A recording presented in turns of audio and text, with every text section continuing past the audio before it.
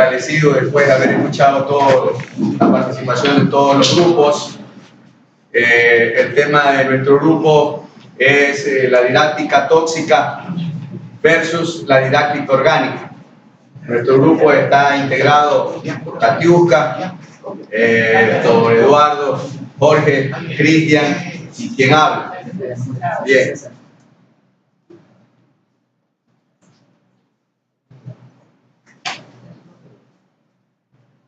Realmente yo considero que en el análisis, al haber escuchado a todos los grupos, la fortaleza del grupo es que el trabajo nuestro realmente debió de ser el primero, porque es hacer un repaso al proceso que ha tenido la educación a través de la historia, entendiendo los modelos pedagógicos, los paradigmas que han habido en todo el devenir justamente del ser humano, hasta llegar a un modelo pedagógico que es el sociocrítico prácticamente, y que es la base fundamental de la didáctica orgánica aplicada al actual. Bien. Descripción de la didáctica tóxica. La pedagogía tóxica conlleva el auge de una pedagogía de la repetición, donde los destinatarios de los procesos educativos repiten los conocimientos que les son transmitidos sin reflexionar sobre ellos, sin repensar, sin deconstruir, sin criticar, sin pensar. Es decir, el conocimiento es importado del docente de manera monológica y hace que el estudiante no sea capaz de generar su propio conocimiento. Entendemos aquí de que la pedagogía o la didáctica tóxica se hace de manera tradicional, donde el docente transmite el conocimiento hacia el alumno y el alumno simplemente actúa como receptor. Bien, esta pedagogía tóxica está muy enfocada en lo que es la pedagogía del empirismo y también la conductual. ¿Por qué? Porque en estos modelos pedagógicos, como bien lo decía Katiuska, el docente es prácticamente el eje principal de la clase, es autoritario, ¿no? Es dentro a partir de esa pedagogía, ¿no? Es que nacen los modelos y nacen justamente entendiendo que la pedagogía determina en la educación el por qué, pero la didáctica nos enseña el cómo, ¿ya? A través de los métodos, de la aplicación de las técnicas. Entonces es el cómo en el proceso educativo. En ese sentido, prácticamente estos modelos pedagógicos estaban centrados en el docente y por tanto no permitían el desarrollo de nuevos conocimientos propios del estudiante. En la actualidad podemos evidenciar que habemos docentes que aún nos mantenemos en esta misma situación, que pretendemos que nosotros tenemos la única y la última palabra y no permitimos que el alumno participe, desarrolle, piense o analice cualquier contenido que se le ofrezca. Bien, a continuación vamos a tratar las características de la pedagogía tóxica. Muerte del pensamiento. Como le decía anteriormente, el profesor, el docente, es prácticamente la autoridad y no permite que el alumno desarrolle su pensamiento crítico. Estudiantes desmotivados. Esta didáctica, donde el eje central es el docente, es una didáctica que prácticamente hace sumiso al estudiante. No deja florecer conocimientos y por tanto ahora veíamos que esto se desarrolla a través de lo conceptual, procedimental y actitudinal. Eso no desarrolla, por lo tanto hay una desmotivación. Estudiantes entrenados para reproducir conocimiento. Es evidente de que el alumno simplemente capta la información del docente y se queda con esa misma versión. No investiga y no reproduce. Bien. Sumamos todos estos aspectos, vamos a encontrar cero formación, cero motivación, cero creatividad, cero reflexión, cero autonomía. ¿Qué quiere decir? Que en esta característica nos está demostrando lo que nosotros hablábamos, donde el eje central era el docente y que por tanto el interés estaba más centrado en el quehacer del docente que la actividad que puede proyectar el estudiante. Cultura dominante, domesticadora y pacificadora. Caemos en la misma situación. El docente es el único que tiene la voz y el voto. El alumno queda más bien rezagado de toda actividad productiva en el ámbito educativo.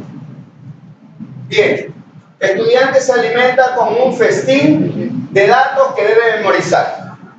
Esa fue la característica de la pedagogía del empirismo y el conductivismo, donde el profesor vaciaba todos los conocimientos, y ahí hablábamos ayer de transmitir, solamente transmitía y el estudiante receptaba. Entonces, todos los datos eran prácticamente, y eso se ve actualmente. Actualmente también se maneja esta pedagogía. ¿Cómo se maneja? A través de la aplicación de las TIC. Te dejan una tarea y tú no la resuelves, sino que vas a copiar algo que ya está hecho. Parece mentira, eso es un modelo prácticamente de esto, porque estamos solamente receptando y no estamos creando. Profesores depositan respuestas correctas, datos en la cabeza de los estudiantes. El simple hecho de limitar a los mismos con la información que el docente entrega cierra la posibilidad de que los estudiantes investiguen un poquito más allá. O sea, para ellos la información que el docente transmite o deposita es la suficiente y es la correcta. Dice, estudiantes reciben conocimiento importado y son incapaces de generar conocimiento propio. Tiene mucha relación a esta parte de acá. Los conocimientos importados son los conocimientos que el docente, en esa pedagogía, ¿quién es el que está desarrollando conocimiento? Es el docente. El docente es el que más bien está de los conocimientos prácticamente que reciben los estudiantes. Él, como es el eje central, es el que va desarrollando más su conocimiento. Pero en cambio los estudiantes no desarrollan esa parte. Imposibilidad de desarrollo de la creatividad. Creo que todos los puntos que hemos tratado en sí se relacionan mucho entre sí, ¿no? Porque hablamos de que el alumno pierde la motivación de ir un poquito más allá, de crear nuevas formas de aprendizaje, de pronto, nuevas formas de movimiento en nuestro campo. Bien. Y la última característica es, lógicamente, la consolidación de la repetición. ¿Qué pasa? Que esos conocimientos los vamos a ver con esa didáctica tóxica. Ese conocimiento lo recibimos ahorita, mañana, pasado. Es decir, eso trasciende en tiempo, en lugares. Y entonces ahí tú dices, eso yo ya vi. Ahí es cuando tú realizas una percepción y dices, esto yo ya vi. Entonces, eso es lo relacionado a la pedagogía tóxica, es decir, conocimientos repetitivos y, lógicamente, no va a permitir el desarrollo crítico, analítico y reflexivo del estudiante.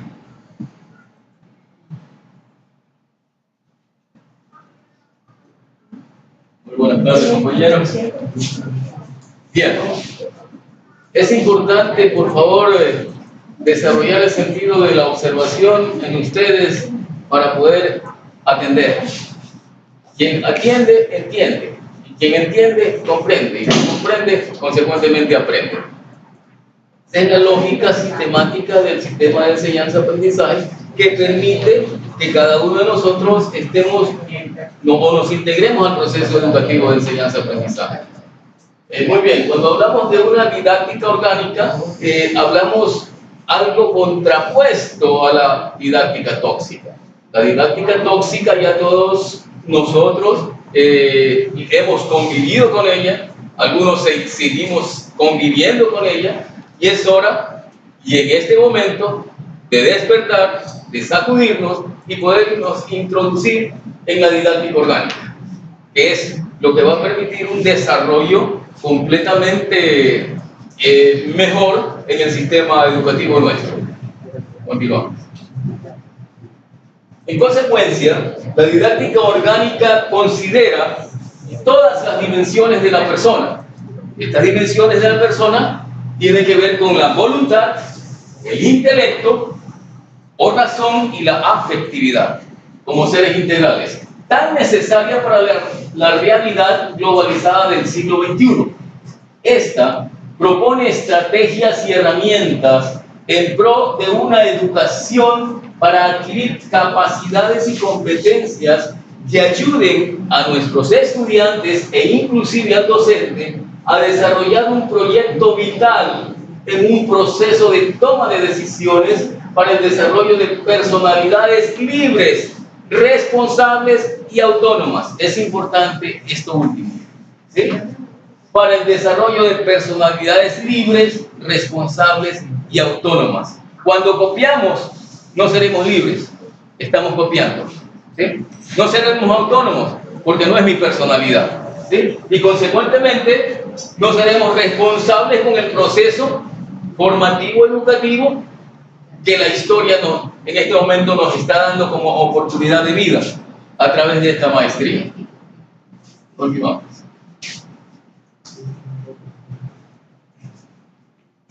Bien, dentro de la didáctica orgánica encontramos los siguientes elementos: pedagogía de la vida cotidiana, educación democrática, humanismo, constructivismo, teoría crítica, educación emancipadora e insurgente libertaria, educación integral, investigación y acción, pedagogía activa, y pido disculpas que falta una, que es la educación histórica cultural, pero igual se la va a analizar al final. Bien, la primera, pedagogía cotidiana, sistema de participación en el ámbito educativo para el desarrollo personal, familiar y comunitario.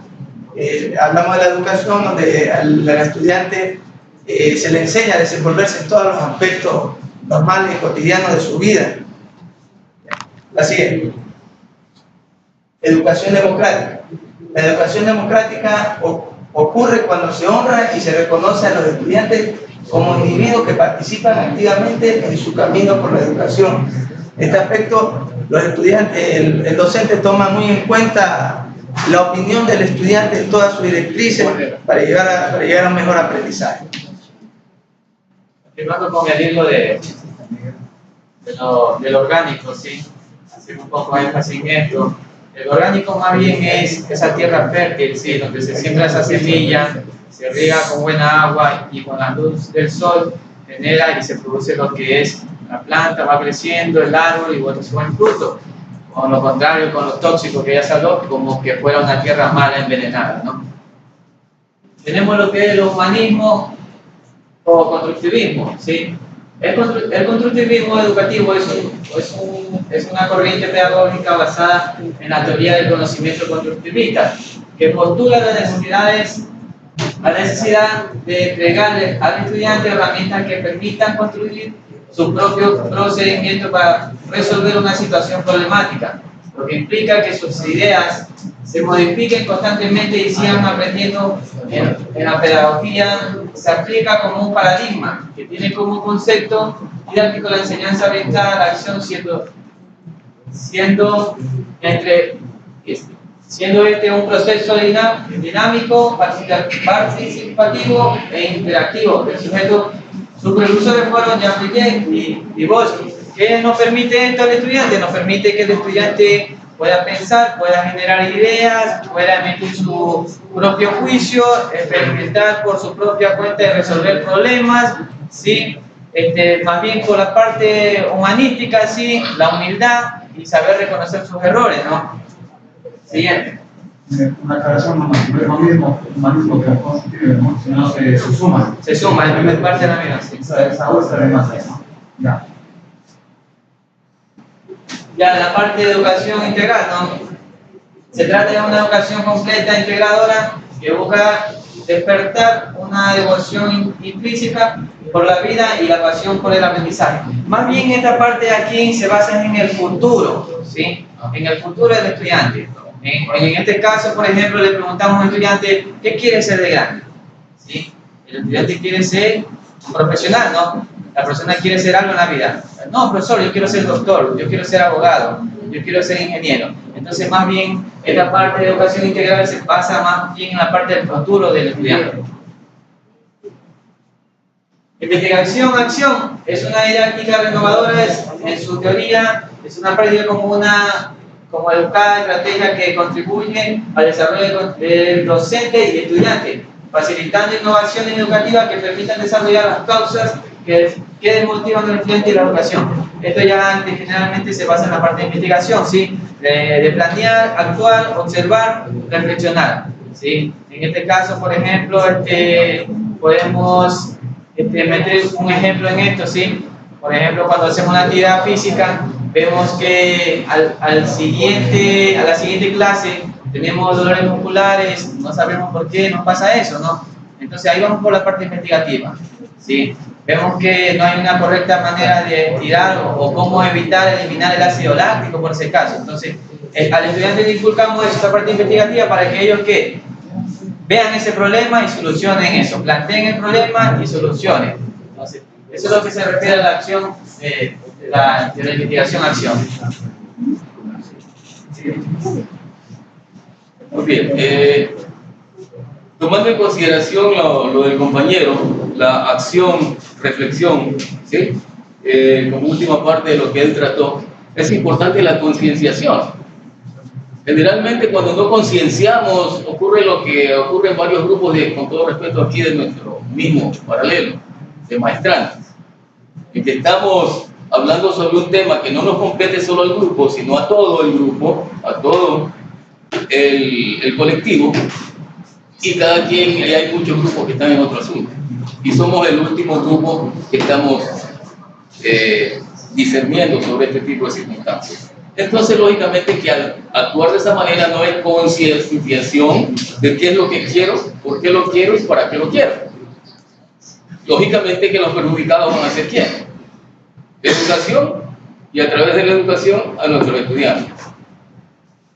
Bien, siguiendo con el proceso de la pedagogía activa, tenemos que esta concibe a la educación como en señalar caminos para la autodeterminación personal y social, y como el desarrollo de la conciencia crítica por medio del análisis y la transformación de la realidad. Conciencia crítica por medio del análisis y la transformación de la realidad. Acentúa el carácter activo del estudiante en el proceso de enseñanza-aprendizaje. Generalmente cuando esto ocurre ya tenemos un aspecto de concienciar de qué es lo que quiero y por qué y para qué lo quiero, y consecuentemente va a ser parte de mi vida. Pero mientras yo no lo conciba así, dentro de mi programación sistemática, en mi cerebro, pues todo será palabras, no hechos. Y a nosotros nos interesan los hechos. Bien, entonces, en el siguiente tenemos el enfoque histórico-cultural, que es el proceso de enseñanza desde la pedagogía crítica. Esta pedagogía crítica que conlleva a los estudiantes y a los docentes a lograr un objetivo. Dice, se concibe el desarrollo personal como una construcción cultural que se realiza a través de la interacción con otras personas de una determinada cultura, cumpliendo así como un proceso biopsicosocial. Nosotros, el entorno, el colectivo, estamos cumpliendo con este proceso, sí o no, en qué porcentaje, cada uno. asumimos una concienciación, una responsabilidad de lo que estamos haciendo. Entonces, se asume como un proceso dialógico, del diálogo lógico, de qué es lo que proponemos, qué venimos a hacer aquí, para qué lo hacemos, y se enfatiza en el desarrollo del pensamiento crítico. Cuando tenemos un pensamiento que analiza, que critica, lograremos proponer nuevos sistemas, nuevas formas de enseñanza-aprendizaje. Por eso la importancia de esta parte del enfoque histórico-cultural. Continuamos. Y en cuanto... Sigue. Bien, y en cuanto a las conclusiones, considerando que la vida de la persona moderna es la conjunción armónica entre los aspectos biológico, psicológico, social, cultural y deportivo, es fundamental desarrollar habilidades y destrezas mediante la aplicación de la didáctica orgánica, la didáctica que hemos manejado en esta última parte de este trabajo, con métodos innovadores como aspecto relevante para lograr la formación integral a través de un proceso continuo, permanente y participativo que desarrolle armónica y coherentemente todas y cada una de las dimensiones del ser humano, a fin de lograr su realización plena en la sociedad. El compañero tiene también una parte al respecto. Sí, en esta parte de la conclusión fue un aporte de todos los integrantes del grupo, ¿no?, que concatenamos estos términos para sacar al fin esa conclusión allí. Considerando, yo en la intervención decía que era muy oportuno, ¿no?, indicar que nosotros ya nos hemos fortalecido con todo ese bagaje de conocimiento, experiencia y acción de cada uno de los compañeros maestrantes, porque en cada uno de los temas han topado acciones que van relacionadas a la didáctica orgánica, a esa didáctica que es la que nosotros, ¿sí?, debemos afianzarnos, debemos de apropiarnos para poder lograr este gran objetivo que nosotros queremos, que es formar a personas, o que las personas se formen dentro de un ámbito integral en los aspectos biológicos, psicológicos, sociocultural, deportivo, como veíamos. ¿Por qué enfocamos estos aspectos? Yo tengo una pregunta. ¿Terminaron ya? Sí. Yo.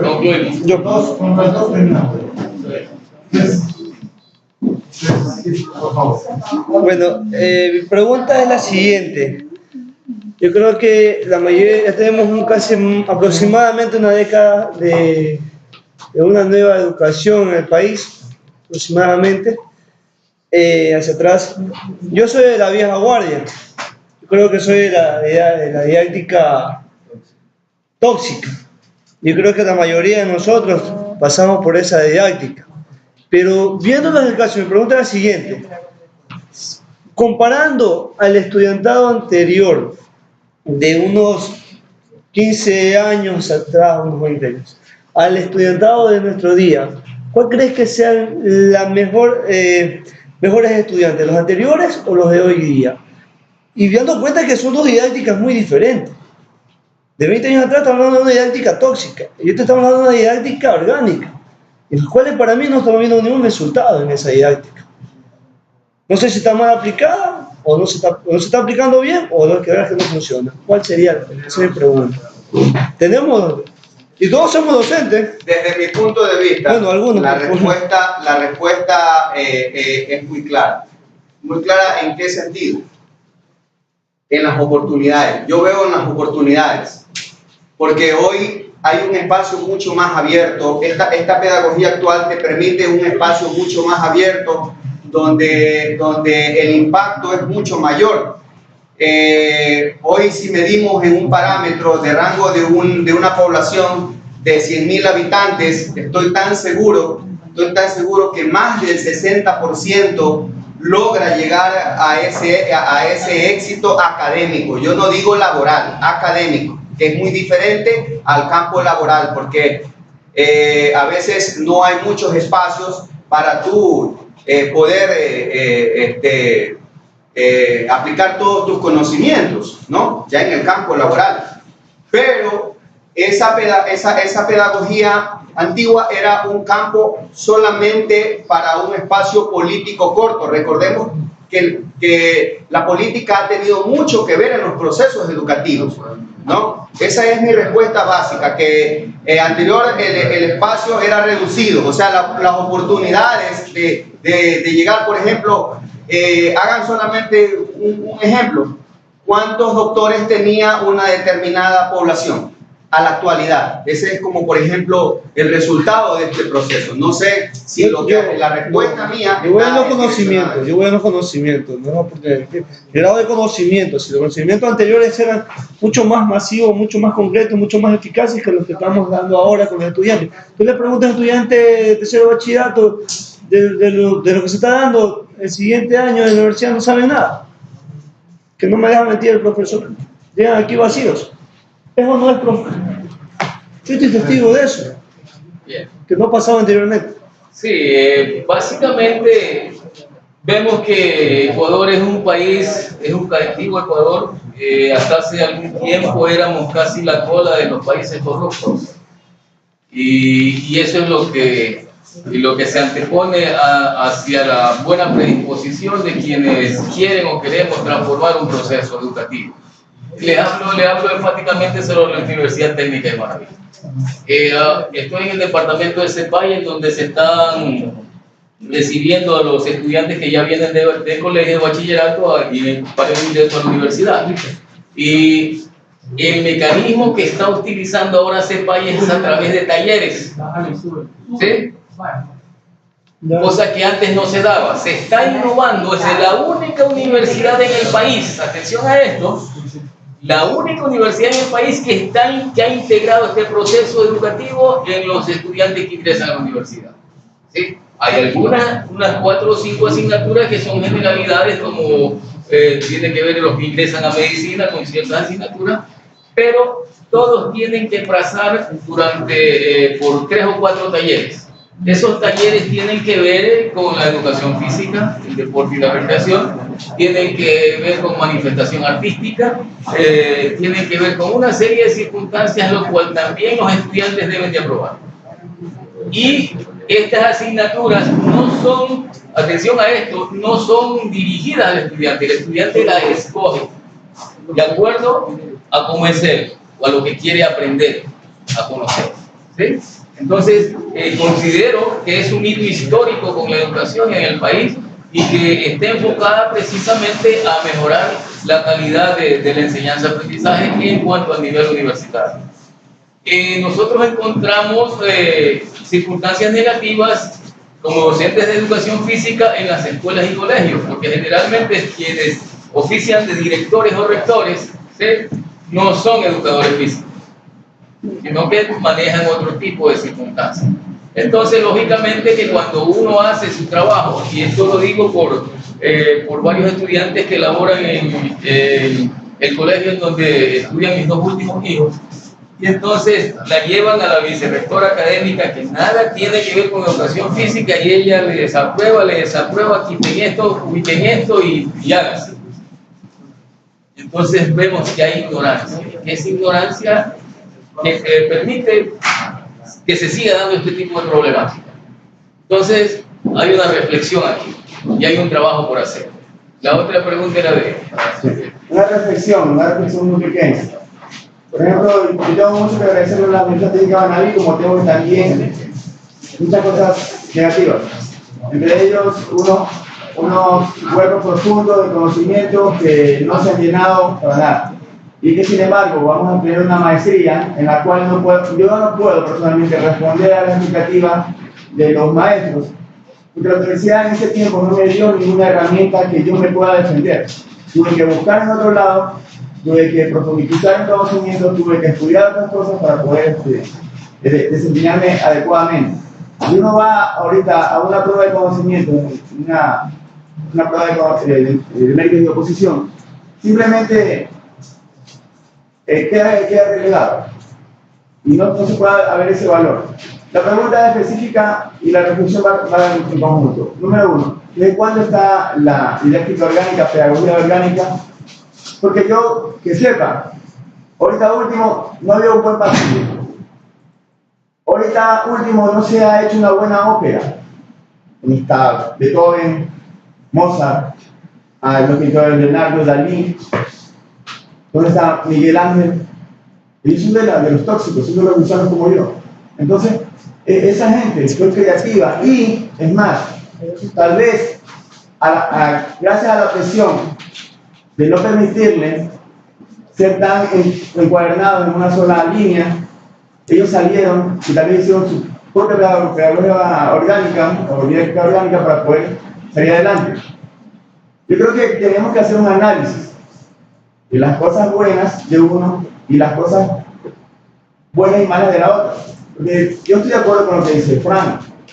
Uno va y da miedo. Da miedo que yo vaya al colegio Uruguay y le estén metiendo mano a los estudiantes, y estén fumando droga allí, y la profesora y el profesor al lado. Entonces, tal vez no está bien enfocado la didáctica y la revolución que se está haciendo. Porque yo he estado aquí, porque yo lo he visto. Esa reflexión lo hago y también hay que buscar los lados positivos de cada cosa.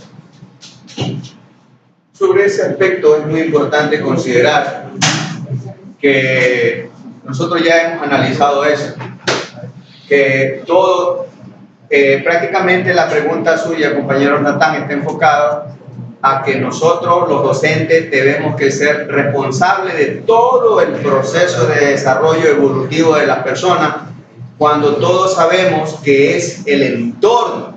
Nosotros en esta parte, en la anterior, o sea, digamos en la didáctica tóxica, el docente era el eje central. Allí sí el docente era, nosotros veíamos en los métodos, por ejemplo, en el método directo que aplicaron en la parte, bueno, 2 semanas atrás, y veíamos justamente, ustedes hacían esas características, ¿no?, que tenía cada uno de los métodos. Al final concluimos de que el método directo no es tan malo. Ustedes decían que también es importante en un determinado momento incluirlo, es decir, llevar las cosas positivas. Pero en la actualidad hay muchos otros aspectos que nosotros solamente estamos tratando la parte prácticamente educativa. Pero hay otros aspectos que son los que están llevando a que la educación también, y que son factores que están allí, yo diría como ejes transversales, ahorita también verlo allí. Hogares disfuncionales, ¿ya? Esos son aspectos que están allí. El entorno.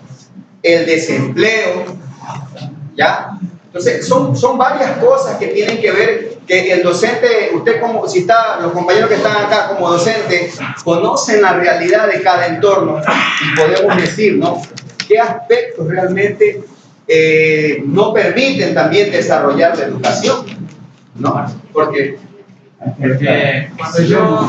cuando yo comencé a hablar, ¿no?, hice una pequeña introducción, no significa que lo tóxico sea lo malo en todo, ¿no? Ya, y lo voy a graficar otra vez, ¿no? Que en esa tierra mala, ¿no?, que solo crece la hierba mala, un ejemplo, no es que sea mala en sí, ya, y se van a sembrar todo eso, la hierba mala, ya, ¿qué significa? Que nosotros que fuimos tradicionales aprendemos lo de lo tradicional, pero no tenemos esos enfoques como lo que es lo orgánico. Pero en la tierra orgánica se siembra todo tipo de semillas, ¿sí? Entonces, a eso se basa el tema de nosotros. El tema de nosotros no se basa en que nosotros tenemos que ver con los estudiantes, más bien nosotros lo que tenemos que transmitir a los estudiantes. Ese es el punto que tenemos que verlo bien. Una pequeña cosa con relación a lo de Natán. Todos sabemos que Chopin, Mozart, Beethoven, Da Vinci fueron privilegiados, ¿sí? No es el común, no fue el común de la gente. Así como en Ecuador, Guayasamín. Entonces, vivieron en una etapa de un proceso educativo diferente al que se está empezando o se quiere empezar ahora. Entonces eso tiene que ver con relación al entorno, a muchas circunstancias de vida, en lo cual no podemos enfatizar directamente que la tóxica que fue negativa 100% o que la que estamos viendo ahora no puede ser positiva en un 100%. Lo que sí consideramos es que este proceso educativo, formativo, es un proceso de tiempo, no es de hoy para mañana. La misma universidad nuestra hemos visto cómo ha ido